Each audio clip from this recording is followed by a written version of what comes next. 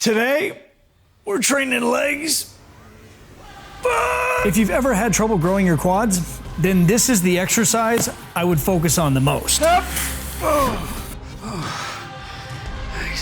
that was stupid. Sure, the next one's gonna go great. Side tangent, anybody want to throw their 2 cents in on what all those drones are? Couple of quick updates. I started taking FSH and HCG because I'm trying to impregnate my wife. Now, most urologists will just give you Clomid, and Clomid is for babies. The reason I'm sharing this is because I think it's gonna help a lot of people, because my total sperm count and sperm motility before was 0. And when I say 0, I'm not just saying like, oh, it was fucking 0. Obviously, because I've been on testosterone since the 2nd grade, but after taking this for a few months, now it's kind of ridiculous. So I'll keep you updated if, Also recently, I injured my back doing who knows what that turned into some sort of sciatic nerve issue that when I bent over, one side of my glute just lit up. So I started taking BPC 157, which didn't do much. Then I dug into the research more and remembered and added the TB 500 thymosin beta 4 to it, and it's amazing how well it works. The only reason I brought that up is because I don't even know why they sell them separately. It doesn't even make sense, because the more you look at the research, the more you realize they work hand in hand with each other. Think about it like the buddy system when you were a kid and you had to go to the bathroom, you had to take another kid with you, that way you didn't get diddled. It's that important. So if you're injured, take both. There's a reason they call it the Wolverine stack. TB 500 enhances angiogenesis and cell migration, while BPC 157 modulates the growth factors that support angiogenesis and preserves cell integrity. Take them both.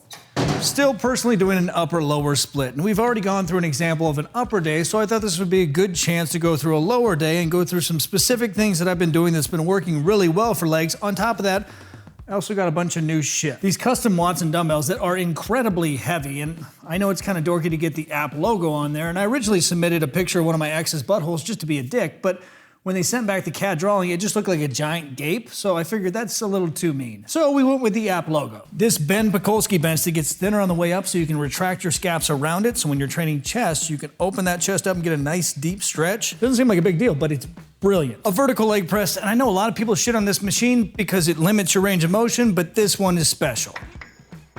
Not only can you adjust the foot plate, but you can change the angle of the back pad. So now when all that blood's rushing to your legs, it's also rushing to your head. It takes you back to the good old days when you used to have to tie a belt around your neck. A true squat, and if you know, you know. And lastly, a new updated version of the old school Westside barbell hip quad developer. And if you've never done this before, think of it like the reverse of a leg extension. Your feet are stuck in place and your body moves around it. Very hard. I like to start out every leg day with a little dorsiflexion. And I do believe you can bias specific muscles based upon which ones are longer length when you start the movement. So for these, I'll go toes in and hit the EDL, and then I'll go toes out, tibialis anterior. And you don't need a tib machine. You could do the same thing with dumbbells. Just put a dumbbell between your feet and do it that way, toes in, toes out, or even better, use a kettlebell and do it unilaterally. Either way, it's better than what you're currently doing, which is probably nothing.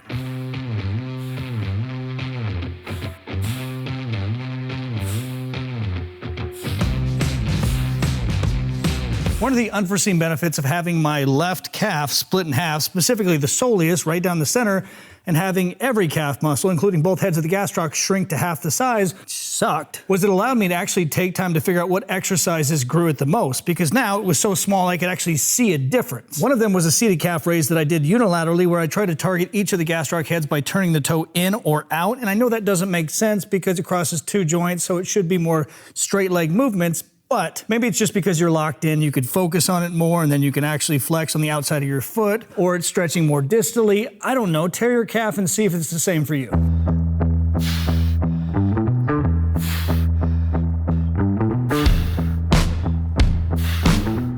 The other exercise that's been really effective is a lighter Smith machine single leg calf raise where I have a plate on the ground, in this case one of those big stupid Rogue plates that are awful to pick up but good for this, and I take my foot and I point it at different angles and flex around the plate. Very good. Side tangent, anybody want to throw their 2 cents in on what all those drones are? I'm not gonna lie, I'm a little biased. I have quite a large collection of tinfoil hats and I've seen the Bob Lazar episode like 10 times, so I think the drones are ours and the orb is something else entirely.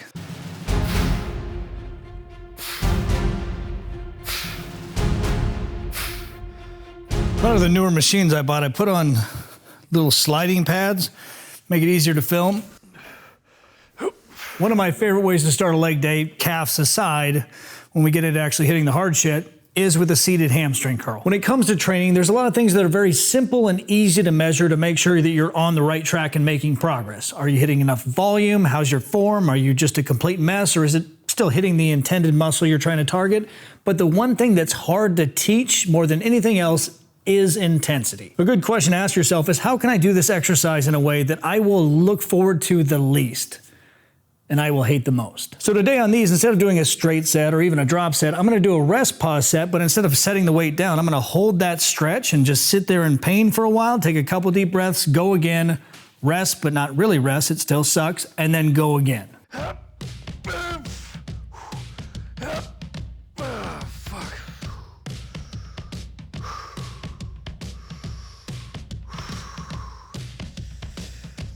Yep.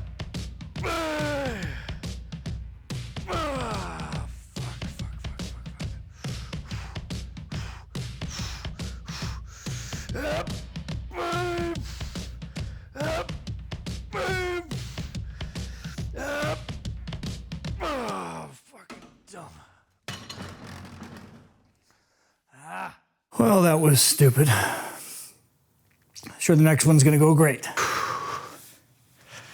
Yikes. A lot of people complain why I don't have all the walls. Look.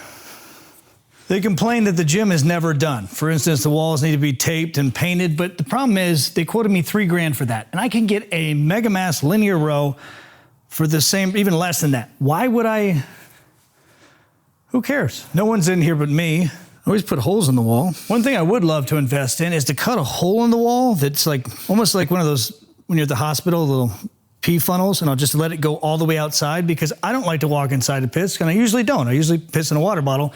So if I had a little hole that I could stick my junk in and piss right outside, that's the next upgrade. Then maybe I'll do the walls. Another thing I like to do in here, and this could be one of those weird placebo things that you just convince yourself it's true, but every time you grab on, I feel like you could force out a few more reps. So we can use that to our advantage and turn it into a mechanical drop. So that's what I'm gonna do in this last set and make this already bad idea even worse. Hip.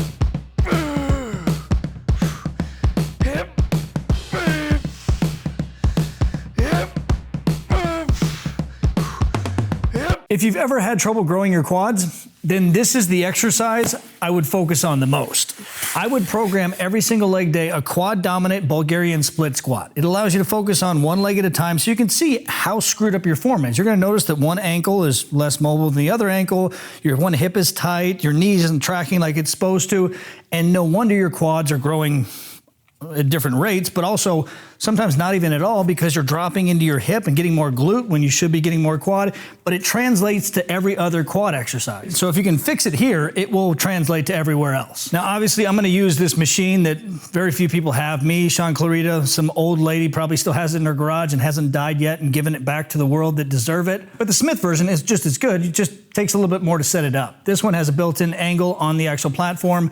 That one you have to throw a 10 down, and you know, it's a pain in the ass. Also, what are your guys' thoughts on knee sleeves? I personally love them, and I've never had any knee issues other than my meniscus when I was in high school, but part of the benefit just could be the actual increased blood flow to the knee. I haven't even looked into it, but that's my guess.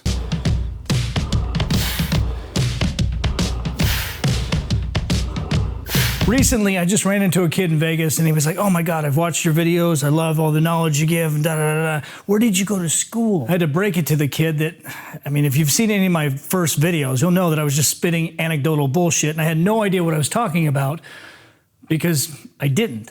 I was just doing what worked for me, and hopefully that helped other people. There is no prerequisite to this. My advice for anybody that wants to learn more about a particular subject is just dive in, read as much as possible about it, and be curious. For example, recently, I got down this rabbit hole of CTC, circulating tumor cells, and ended up getting connected to this guy who developed a filter that can test your blood for any circulating tumor cells, and it can be anywhere from stage 4 all the way down to stage 0. So potentially, we could detect cancer way before it even happens and way before a tumor actually develops, just the circulating cells. So who the fuck? I'll probably end up doing a video on that because it's fascinating, and I've had so many people affected by cancer. It's just fuck cancer. Moral of the story, whatever you're interested in, dive in, because the reality is everybody's an asshole that wants you to think that they're smarter than they really are, but in truth, we're all just idiots trying to cover up for our own insecurities. Me, I was a C student. I had a lisp until I was 4, and I learned to jerk off with one of those pens that you saw in the infomercial that would shake and you'd write and it would be a doodle pen. I just shoved that against my junk for about 30 minutes. That's the first time that that's my level of intelligence. Today's gonna be a very quad dominant day considering I bought a bunch of quad equipment. Obviously, most people are not gonna have this at their gym. I mean, if you do, by all means, go up to the owner of the gym and give a little tickle because it's a rare gem. But it's still gonna apply to every other quad exercise you do because you can do this 2 ways. You can set up normally, regular stance and let it drop back and do a squat, or you can find a way to increase the length on that quad and the stretch on your quads by backing those feet up. And the same thing applies to a regular squat or a Smith squat. Just elevate your heels and make sure when you're at 90 degrees, it's the greatest possible stretch. Also, I've been getting a lot of emails from people that say they want an upper lower program that's a garage version. If you do, somebody make a little comment and say, you know, one of those stupid ones that, hey, heart this if you want a garage version. That would be great. If enough people do, I'll create a garage version with a couple different exercises that I've been working in lately that would be perfect for that. Time out. Game on. I'm gonna start off with a couple straight sets and then do some drops.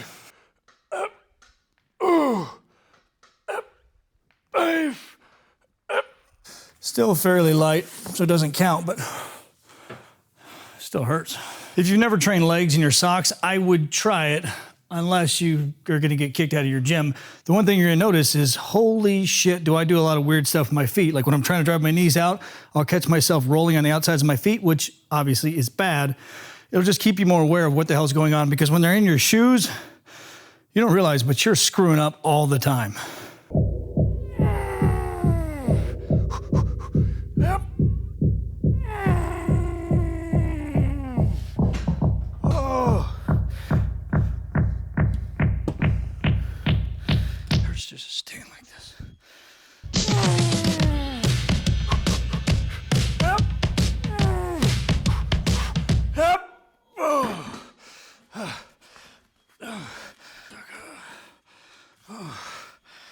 See, spotters are overrated. Just wear a seatbelt. One of my favorite exercises for glutes is a glute-based RDL. Now the key on these is to make sure you don't just do a regular stiff leg or RDL and you feel it in your hamstrings. You sit back into your hips. So as you're going down, you actually hold the weight at the bottom and feel that stretch under your glutes. And instead of just pulling the weight up, you contract it up. So you should be able to feel that flex, drive you forward, and don't just hump it forward. I mean, you can, but I'd prefer you didn't. Someone just commented that the stance logo is supposed to go on the inside, but does it look like I got my shit together? And look, sure, you're not supposed to have a hole in the bottom. You should see my fucking underwear. I'm a mess. Just trying to keep it together over here. That's gonna be a bad angle.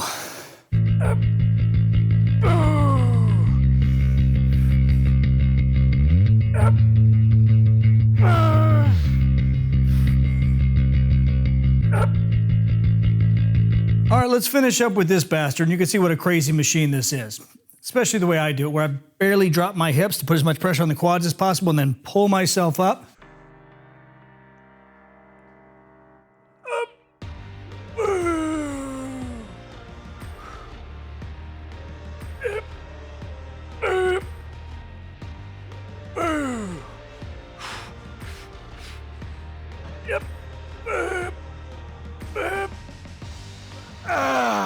Normally at the end of all that, I would just throw a free workout in the SWOLE app and just give it to you guys, but I did so many weird machines today that that's probably not gonna help. So if you want the best leg day possible, just buy the new upper lower program. It's only 20 bucks.